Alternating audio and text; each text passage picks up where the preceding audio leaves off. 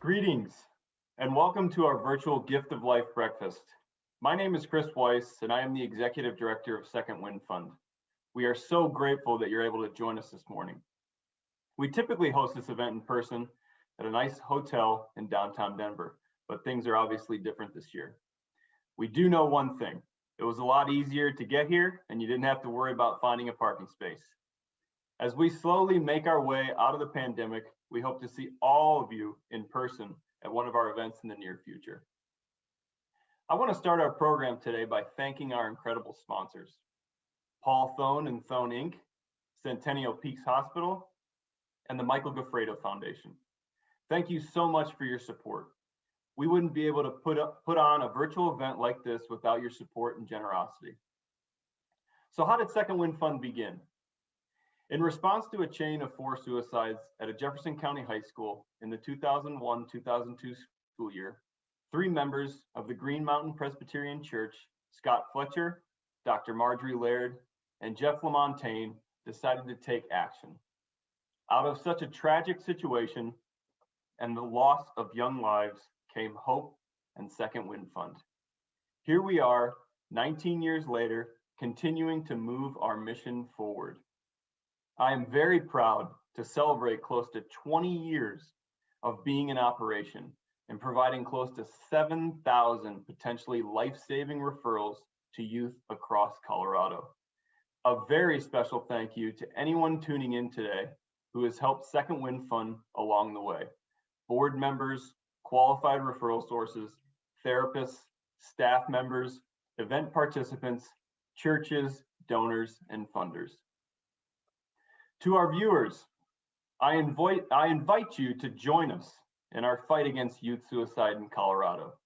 I encourage you to do 3 things after today's program. First, explore our new website. Learn more about what we do and the services that we provide. There you'll find a lot of great information on what Second Wind Fund does in communities across Colorado, along with helpful resources and other ways to support us. Second, think about making a potentially life-saving contribution to Second Wind Fund. Our vital and much-needed mission of decreasing the incidence of suicide in youth by removing financial and social barriers to treatment would not be possible without the support of individuals like you. Lastly, talk about us. You never know when your conversation with a neighbor, fellow church member, your son or daughter's school counselor, or a coworker may turn into financial support, a new board member, or possibly a life-saving resource and referral. If you have any questions whatsoever about Second Wind Fund, please reach out to one of our incredible staff members whose contact information can also be found on the website. Thank you all again for virtually attending today. We hope that what you see, hear, and learn about Second Wind Fund inspires you to take action. Please enjoy the rest of our program, and I will now turn it over to Josh. Thanks, Chris. It is my pleasure to introduce our keynote speaker, Dr. Cheryl Ziegler. Dr. Ziegler holds a doctorate in psychology and is a licensed professional counselor in the state of Colorado. She is the best-selling author of Mommy Burnout, the podcast host of Dr. Cheryl's Podcouch, a regular national and local news contributor, and runs a private group practice in Denver, Colorado. She is also a national and international presenter on topics related to stress, parenting, mental health, and burnout, as well as a TEDx speaker. Dr. Ziegler, thank you so much for joining us today. Thanks for having me, Josh. I'm happy to be here. Cheryl, I would like to start out with this question. From your vantage point, how has the pandemic affected the mental health of children and teens, and are we seeing suicide risk increase? Such a good question. I will try to summarize it in just a few minutes. But basically, when the pandemic started, so we look back at March of 2020, when we start looking at the end of March, beginning of April, and even through June, there's little stats. We see that there was an increase in anti-anxiety medication use. We see that there were increases in calls to crisis hotlines. I know through my own practice and other colleagues of mine that phone calls have really started rolling in. So that was in the beginning of the pandemic. We really did see this sharp rise. And I think that kids are suffering greatly because of the social isolation, because of their fears, because of how different everybody's handling the pandemic. You know, some kids are hanging out and going places. Some people haven't left their home very often. And so the inconsistencies, the lack of school, the lack of structure, the increased screen time, it's all made for this huge mental health crisis. And really, we were in a mental health epidemic prior to the pandemic. So now we are estimating, there are estimates that it could take 3 to 5 years to just even recover from this. And my personal thoughts of working with kids is that first and foremost, they're almost doing worse now. So now, when I say now, meaning spring of 2021, since January, the increase in crisis calls, we know that been an increase in ER visits. So parents are desperate. You can't hardly get into a mental health provider. There's long waits, and there's all these insurance issues. A lot of providers don't accept insurance because of lots of issues there. We have a lot to do when it comes to mental health reform. So when we see numbers going up anywhere from 24, 26, 30%, those are numbers according to the CDC. When you look at those ER visits, we know that parents are desperate and they're going there because they're hearing their kids say, and I mean young kids even, saying things like, I don't want to live anymore. I want to die. They have plans. I have young children that I work with, ages 6, 7, and 8, that are talking about suicide. So I remember years ago when I first heard the age range of 10 to 14 as being an age range of suicide, it seemed like an impossibility. How could children as young as 10, possibly be thinking about suicide, have plans around it, or even, go through with completion? And now we know that is a solid category of kids. And so it's hard for me to answer this question in short form, but that's how I've seen the pandemic affecting the mental health of children and teens. It's not getting any better right now, and the demand is very high and the supply is quite low. It is absolutely a testament to a mental health care system in need of reform that there is such a high demand for mental health care right now, and there are so few providers available to take on new clients, which is why Second Wind Fund has its own roster of providers so that youth are able to be seen in a timely manner. You mentioned that children as young as 6 years old are thinking about suicide. And so that brings me to my next question, which is, how should we be talking to children about suicide? And is there a certain age at which we should be having these conversations? This is a hard topic sometimes for parents to discuss at any age, is what I'm finding. It's very uncomfortable. I hear a lot of parents say to me, I don't want to implant any ideas. I don't want to, give them something to think about that maybe they had not thought about. So I do understand the hesitancy. However, if you look at the research really says for most issues that have to do with mental health, whether it's suicide, depression, anxiety, other issues that are often related, that we should be talking to school age children about it. And that, we can adjust what we're saying if we're going to talk to a very young child about it. So 6, 7, 8 years old, so second or third graders.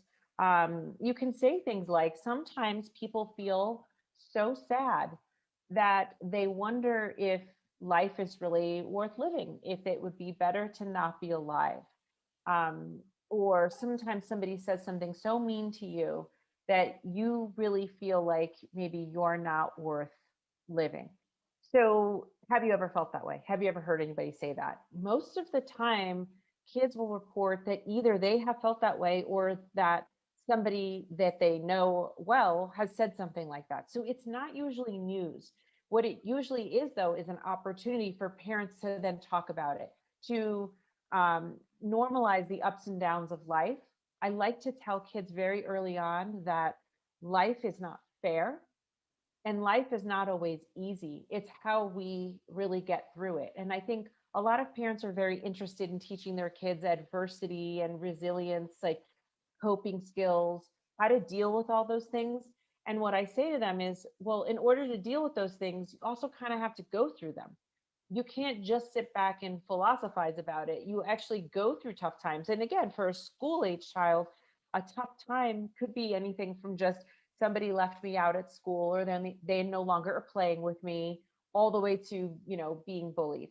And so we have to remember, I think, as adults and parents, about adjusting what are major stressors for kids at different ages. I'm talking about school age children, then there's middle school kids that are really just trying to find their way. I think we all universally think and can agree that middle school tends to be some of the tougher years of development. And then, of course, high school, there's a lot of pressures, there's more high risk behavior, there's an undeveloped brain. And so throughout all of those times, I think it is important that parents have the tough conversations. And suicide is one of them, right there along with sex and drugs and other high risk behaviors that they go through. And then really depression. If we're going to talk about destigmatizing things, we have to actually talk about these things. I couldn't agree more that we need to talk more about these things and have these tough conversations. So Second Wind Fund is part of a larger community of folks who are invested in youth mental health care. What can our general community do to support youth in their local communities? I love talking about community, and when it comes to mental health, one of the first places you want to start is with your family, though, is your micro community. Within your family, if you know that you have a family history of depression, anxiety, or suicide, whether those are attempts, whether they've gone through with it, sometimes someone will say, "Yeah, I had a great grandparent, I think was institutionalized, or that died by suicide." If you know those things, those should not be really family secrets. You want to start there. So one thing that's simple that parents can do, which can be hard to do, but a simple start, is to just start talking about what is your family's mental health history. That's one little layer. Then you branch out and you think about schools. I think about schools and educators. That's where children spend so much of their time. So what kind of character development programs do they have? What kind of mental health resources do they have? When it's time to think about that, fundraising time, what are you fundraising for? And is a school counselor or a school psychologist there? Because I do think if we sit around and we wait for, you know, large public school districts, let's say, to fund these positions right now during this pandemic, all I hear from people are, we can't even talk to the school counselor. They're part-time and they're so inundated. My kids' issues don't rise to the occasion. We have to make, I think, mental health so accessible, so the norm, that there's classes that are taught, maybe in middle and high school ages, and we're talking about school age, that maybe everybody is involved in a group. That's generally a good way that they can realistically get to more children. That maybe social skills groups and affective groups are not just for children who are struggling or have been identified in some way or behavioral problems, but that it's for everybody. And so there are a lot of great character education kind of programs, social emotional programs. So that's the school. And then I think when I think even larger community in terms of coaches, religious leaders, other people who are in contact with youth, really thinking about how is mental health at the forefront of what I do. So sure, this is a soccer team or this is a lacrosse team, but how do I check in on every single one of my players' mental health? There's been tragic stories that maybe some people are familiar with in different parts of our country from this past year. And a lot of times they were athletes. And without that sport, they lost their sense of purpose, of camaraderie, of friendships, of a leader, maybe a father figure. So I feel like if you're a part of the community and you choose to be a leader in some way, mental health has to be a part of your program, no matter what program it is that you're running. Thanks for your perspective, Cheryl. It is really interesting to think about mental health care through multiple layers of community. So something else I want to talk about is sleep. Can you talk a little bit about sleep as it pertains to the mental health of youth? This is a topic I like to talk a lot about because I think it's easy for us to overlook the importance of sleep. But this is really important to know. Right now, youth are spending more times on screens. So when you talk about sleep, you can't not talk about screen time as well. So what that looks like is having the brain quite activated during the night, during the evening time, when really your own circadian rhythm should be regulating itself. It should become darker, quieter, things should be slowing down. But what youth are doing is they're going into their rooms or, whatever time, 9 or 10 at night, and that begins the several hours of binge watching something or social media use. And we are on this trend where kids are not getting the rest that they need. They are sleep deprived. And when you are sleep deprived and not rested, lots of things happen, but from a mental health perspective, two major things happen. One of them is your brain doesn't get the time to rest. So we see more distractibility, less focus, poor concentration, less attention. That's the other thing that's gone up during this pandemic is ADD referrals, evaluations for ADHD. Well, part of that I really believe is the lack of movement and exercise plus quality sleep. So we have to get that regulated before really considering if there's something else neurologically based going on. That's number one. The other thing that happens when kids are not sleeping and rested enough is there's a lot of drama and stress that goes on when they're staying up in the middle of the night, whether they're watching something maybe inappropriate, they're maybe being exposed to news sources and things that are stressful. There's a lot of obviously high stress in the news, or they're on Snapchat, or they're the recipient of a text that says, "I don't think I want to live anymore," or "life is not worth living," or pictures of kids cutting them. These are stories that I hear every week. And these things, what I say to parents is this is what happens after 10 at night on their social media or just their phone devices. So that's a high level of stress. That's pretty hard to sleep when somebody maybe that's 15 or 14 just sent you that kind of text. What do you do with that information? So I think that when you're concerned about your child's mental health or you're just looking to optimize it, you have to protect and covet their sleep, even if it makes you an unpopular parent.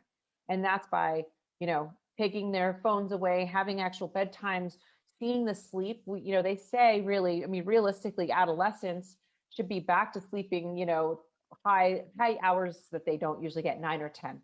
But even if they can get, a quality 7 to 8 hours of sleep, each hour really makes a difference. So I just, this is an area, whether it's sleep and hydration and screen time and nutrition, all four of those things, they all go hand in hand. So just remember as well, during COVID, we have kids who have gained so much weight that it's, really truly a health risk at this point.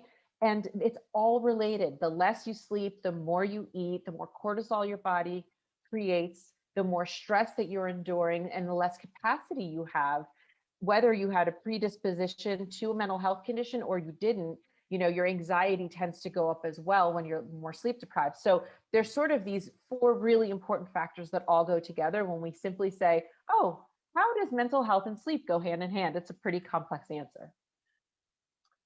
It really is complex. So Cheryl, to wrap up this conversation, I want to ask one final question. As we return to some level of normalcy, what can we expect and how best can we support youth as things start to open up again? Yeah, I think what we can expect actually is a second or another rise in anxiety, because schools and the world and communities just aren't going to be the same. So I catch myself sometimes. I say, oh, well, when things go back to normal. And then I catch myself and I say, when things go to a new normal, because I think we are actually creating what the future is going to look like right now, whether we actively do that or passively do it. And, I woke up this morning to an article that talked about the level of anxiety about the world reopening, whether that's because of mass shootings, whether that's because people who naturally had anxiety and specifically social anxiety felt comfortable being at home or behind a mask because people are still afraid of getting COVID. because the inconsistencies and how people are treating this pandemic vary so much. So I think what we're going to see is I think a majority of people are going to have anxiety and some ambivalence, and sort of relearning. I've been saying to some kids that I work with whose schools have just recently started up again, like think of this as almost the first day of kindergarten again. There's new rules. When you go to that school, though, there's new rules. There's people in masks. You have to stay at least 3 or 6 feet apart. You can only take your mask off, for lunch, and everybody's lunchtime looks different. There's a lot of differences, and teachers themselves can sometimes, feel a lot of fear or apprehension themselves, and kids can obviously feel that because they lead those schools. So I think there's that. I also want to say there's a small percentage of people, I think, that are going to opt out of some things, that they're already in the mindset of, you know what, I liked not being overscheduled, so I'm not going to go back to that. Or I liked, not spending as much time with whoever or whatever organization, and I'm not going to do that. And what I'm trying to do is try to get people more in the mindset of take control of what you can. Think about who you want to spend time with, who you don't want to, what you want to do and what you don't. This is, I think, our small window of opportunity to actually reset, not just go back to. It's not even resilience. Resilience is the ability to bounce back. I don't want anybody really bouncing back in most areas. I want to grow forward. And so that's the kind of sort of growth mindset and conversations that I've been having with people about this. Thank you, Cheryl, so much for taking the time to speak with us this morning and for advancing the conversation around youth mental health.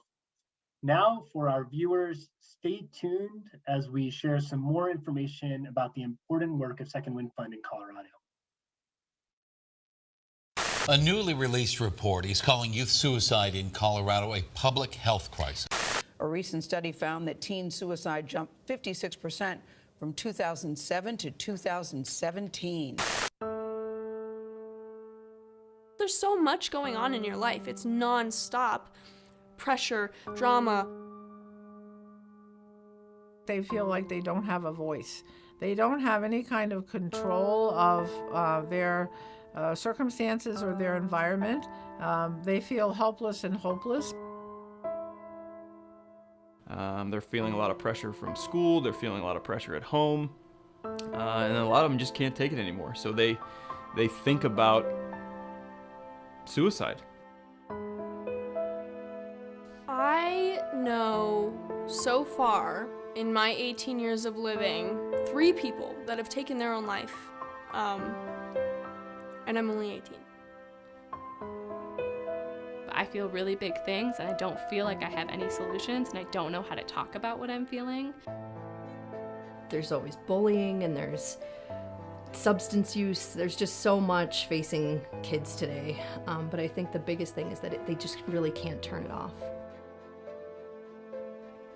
Do I deserve to live if I'm this horrible, if I'm this stupid, if I'm this ugly, if no one likes me?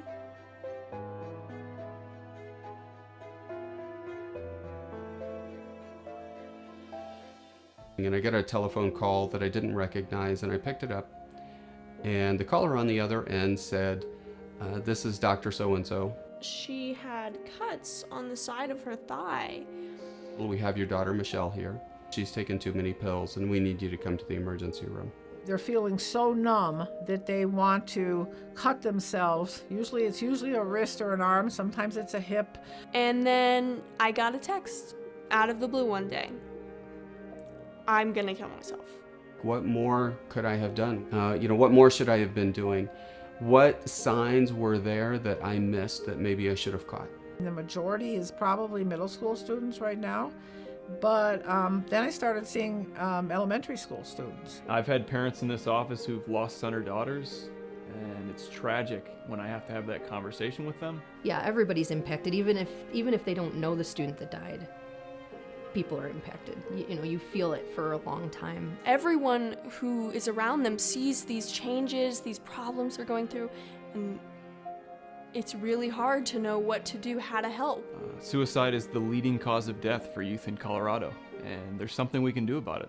Second Wind Fund is a nonprofit organization who is set up to lessen the financial and social barriers for youth who are looking for mental health treatment, specifically youth who are struggling with suicidal thoughts. The beauty of Second Wind Fund is all it takes is a simple phone call.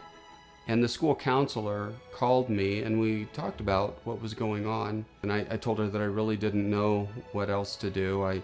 I probably mentioned, some terribly formulated ideas that I had just to come up with something. And the counselor told me about the Second Wind Fund. And we know that suicide is preventable. If we can get a youth into treatment, get them to complete all 12 sessions, we know that suicidal ideations will reduce. If they really want counseling and there are barriers financially and the student is, really in a bad way, mentally having issues, struggling with suicide, Second Wind will help that family. Why would you not take her there if it means her life? I think the best that we can hope for is to give our children an opportunity to grow and to shine and become amazing adults. We would lose lives if we didn't have places like Second Wind Fund helping kids.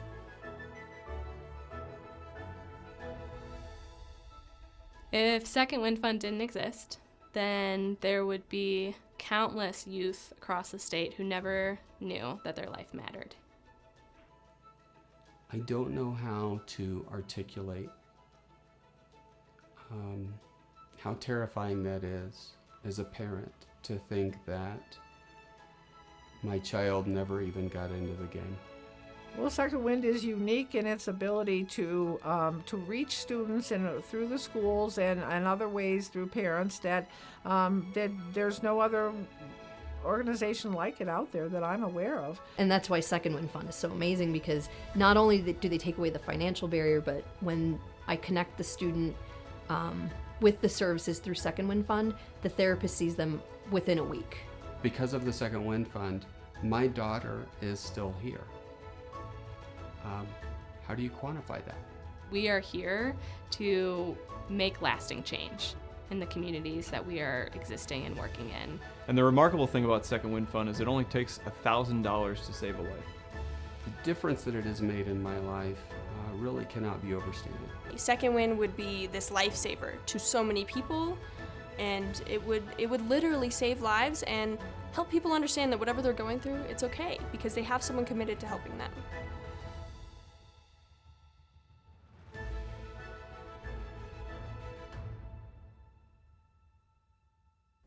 Good morning. My name is Oric Nepomuceno, and I'm on the board of directors for the Second Wind Fund. I have a personal connection with the mission that the Second Wind Fund has, as my family has been personally affected by teen suicide, and it's a mission that is near and dear to my heart. Today I'm asking for you to support Second Wind Fund, an organization that provides critical access and timely and affordable mental health treatment for youth across the state of Colorado.